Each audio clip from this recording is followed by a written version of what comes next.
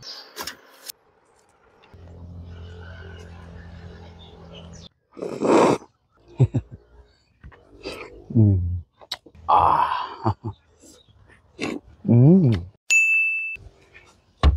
mga kalabas, katambak, sobrang fresh. Tara, samahan niyo ako magluto.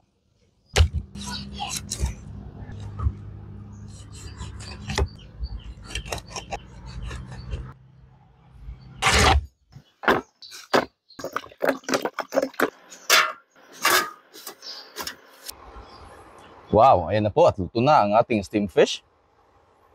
Ngayon naman, tatanggalin natin to.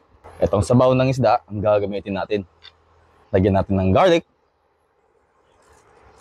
Ito, lemongrass instead na pinapasok sa loob ng isda. Lime, madaming lime.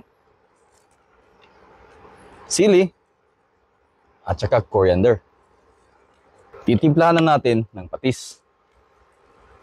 At asukal. Ito yung gagawin nating toppings sa isda. Talang natin itong sabaw. Wow, sarap na.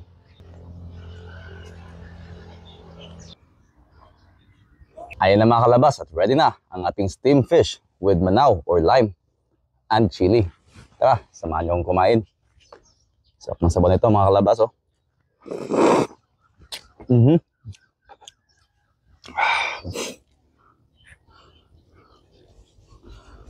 Yan.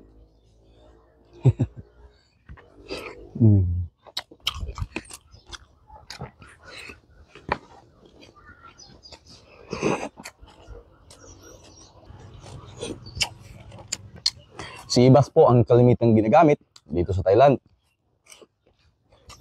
Pero, ito naisipan ko. Katambak man.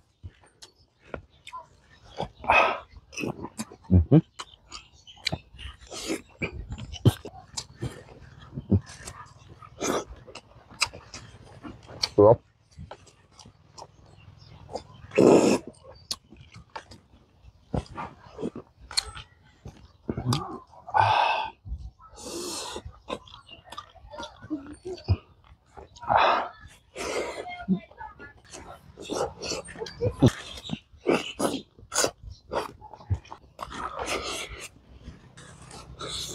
Bansya nyo.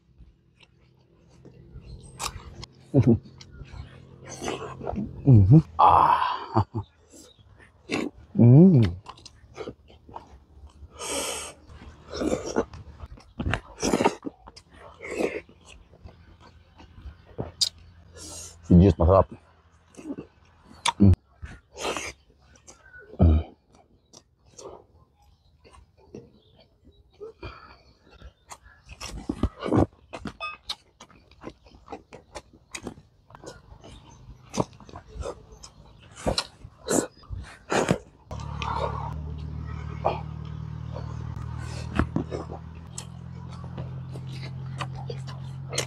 Ayan po mga kalabas, sold na naman ulit tayo.